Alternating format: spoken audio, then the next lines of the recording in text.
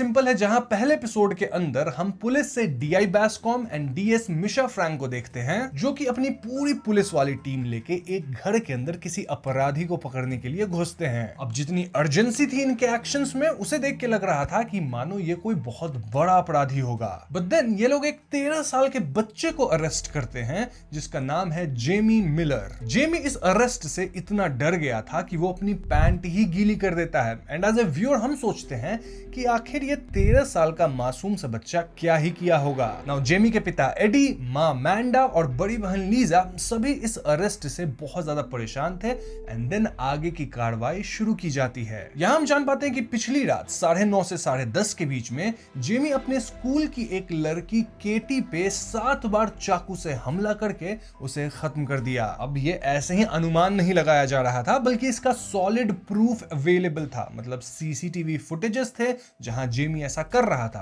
Although Jamie clearly मना करता है कि उसने ऐसा कुछ नहीं किया। अब पुलिस वाले जेमी की इंस्टाग्राम वगैरह भी चेक करते हैं, जहां वो पाते हैं कि 13 साल का जेमी अपने इंस्टाग्राम पे हॉट मॉडल्स वगैरह की फोटो जो है वो शेयर करता था। और जब मैं यहाँ मॉडल्स बोल रहा हूं तो मैं फीमेल मॉडल्स की बात कर रहा हूं। जेमी की हरकतों के बारे में जान के उसके पिता भी शॉक में थे और यहाँ पुलिस जेमी से इन जनरल पूछताछ करती है। नाउ एपिसोड 2 के अंदर DI BESCOM and DS Frank ये दोनों जेमी के स्कूल में जाते हैं। स्कूल से ही इनको रियल रीजन पता लग सकता है कि आखिर जेमी केटी को खत्म क्यों किया। अब स्कूल के अंदर अगर किसी स्टूडेंट की मौत हो जाती है और इस केस में तो किसी बच्ची को समाप्त कर दिया गया है, तो ऐसे में स्कूल का माहौल डिप्रेसिंग होगा, राइट? वेल, जहां टीचर्स अपसेट थे, केटी की फ्रेंड रो रही थी, वहीं हम बॉयज को देखते हैं जिनके अंदर थोड़ी सी भी सहानुभूति या फिर थोड़ी सी भी रिग्रेट या सैडनेस की फीलिंग थी ही नहीं। इनफैक्ट बॉयज तो इस सेंसिटिव बात को लेके भी मजाक ही बना रहे थे। इस एपिसोड में हम देख पाते हैं कि टीनेजर्स के अंदर किस तरह से सेंस या फिर एम्पैथी है ही नहीं। इनफैक्ट ये लोग इस बात की ग्रेविटी को समझ नहीं पा रहे हैं कि एक बच्ची की जान चली गई है, जो कि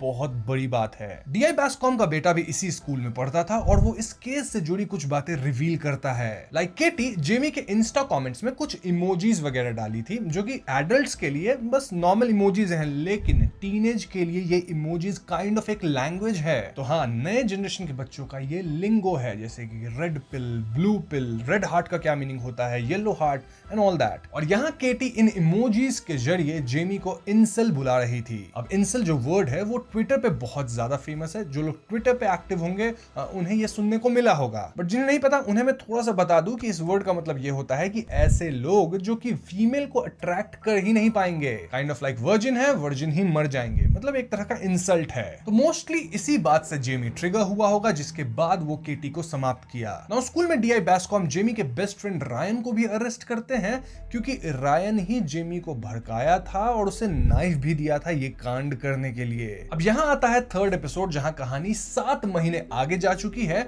और जेमी एक यूथ डिटेंशन फैसिलिटी में है। यहाँ ब्रियोनी नाम की एक साइकोलॉजिस्ट जेमी से बात करने आती है। एंड मेरे हिसाब से जो थर्ड एपिसोड था वो बेस्ट एपिसोड है इस सीरीज का। यहाँ हमें क्लियरली पता चलता है कि क्यों जेमी केटी को मारा था। तो सबसे पहले आपको ये समझना होगा कि जिस स्कूल में जेमी और उसके दोस्त लोग थे, उस स्कूल के अंदर ये लोग बुली हुआ करते थे। बच्चे इन्हें धक्का देते थे, इन पे थूक वगैरह तक फेंक देते थे। मतलब जो बुलीज करते हैं वो इनके साथ होता था। ऐसे में कहीं ना कहीं जेमी अंडर कॉन्फिडेंट था और गुस्से से भरा हुआ भी था। एंड उसे ये भी लगता था कि वो बहुत ज्यादा अगली है। ऑफ कोर्स इतनी यंग एज में सोशल मीडिया हाथ में है, जहां वो परफेक्ट मॉडल्स को देखते होंगे और सोचते होंगे कि अट्रैक्टिव लोग ऐसे दिखते हैं, और जब उसको खुद से कंपेयर करो तो भैया खुद तो अगली ही फील होगा। अब होता यह है कि जेमी का जो एक क्लासमेट था वो केटी की एक नग्न पिक्चर कहीं से तो पा लेता है, एंड देन वो इस फोटो को सर्कुलेट कर देता है पूरे स्कूल में। ये घिनौनी बात इतनी ज्यादा बढ़ जाती है कि बच्चे यहाँ केटी को फ्लैट भी बुला रहे थे। आप समझ होगे मैं क्या कहना चाह रहा हूं। तो इस मोमेंट पे केटी कहीं ना कहीं वल्नरेबल थी, वीक थी, बहुत परेशान थी, और जेमी को लगता है कि वो उसे कंसोल करेगा एंड देन उसे डेट के लिए पूछेगा। जेमी ऐसा करता भी है, लेकिन केटी यहां जेमी को ना सिर्फ ठुकराती है बल्कि ये तक कह देती है कि मैं इतनी भी डिस्परेट नहीं हूं कि तुम्हारे साथ कहीं जाऊंगी। इसके बाद जब जेमी इंस्टा पे अपनी एक फोटो डालता है तो केटी उसे परेशान करने के लिए वो कुछ इमोजीज डाल देती है, जिन इमोजीज का मतलब यही था कि जेमी इज एन इंसेल, मतलब वो इंसेल बोल के जेमी का मजाक बना रही थी। इनफैक्ट कई लोग केटी के कमेंट को लाइक भी किए थे, जिससे ऑफ कोर्स जेमी ट्रिगर हो गया। ट्रिगर होने के बाद वो क्या किया ये तो हम सब जानते ही हैं। अब ये एपिसोड इसलिए बेस्ट है क्योंकि यहाँ हम जेमी के मेंटालिटी को समझ पाते हैं,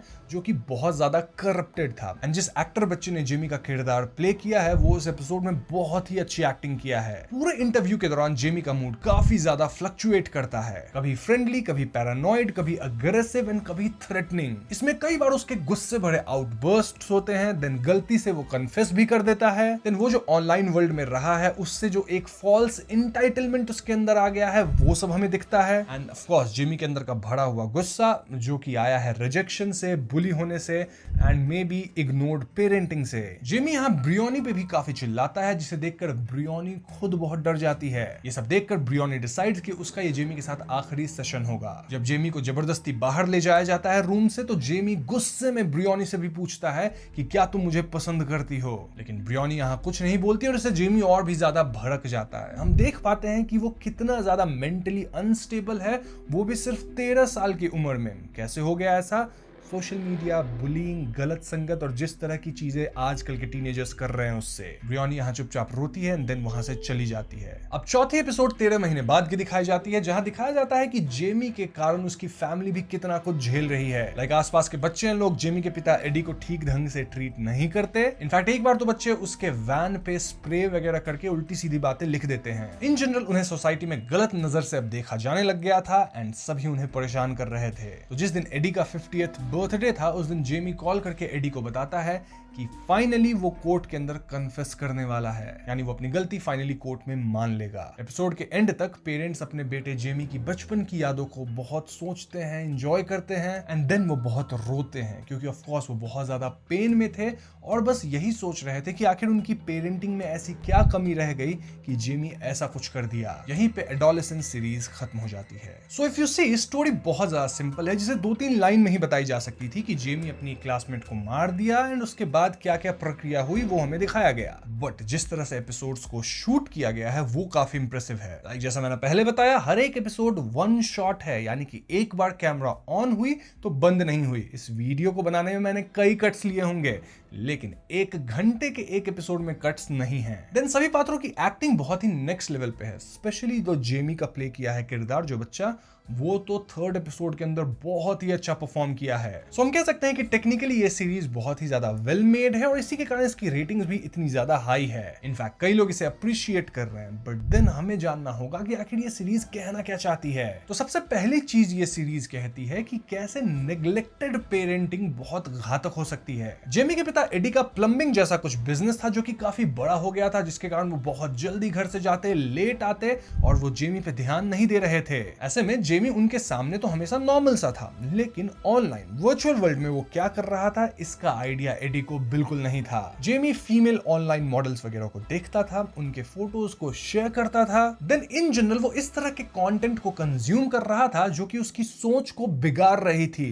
एंड देन जेमी के सारे स्कूल वाले फ्रेंड्स ऑनलाइन थे, तो ऑनलाइन बुलिंग भी चल ही रही थी, जिससे मेंटली भी जेमी बहुत ज्यादा स्टेबल नहीं था। अब ऑनलाइन तो बुली हो ही रहा था जेमी, स्कूल के अंदर भी बुली होता था, जिसका भी प्रूफ हमें दिया गया है। देन उसे लड़की से रिजेक्शन भी मिलता है। इनफैक्ट हम जान पाते हैं कि स्कूल में किस तरह के लड़के थे जो कि अभद्र फोटोज वगैरह शेयर कर रहे थे। तो ये सारी जो सिचुएशन थी वो काइंड ऑफ ऐसी बन गई कि अंत में जेमी का गुस्सा फूटा और वो क्या किया वो हम सब जानते हैं।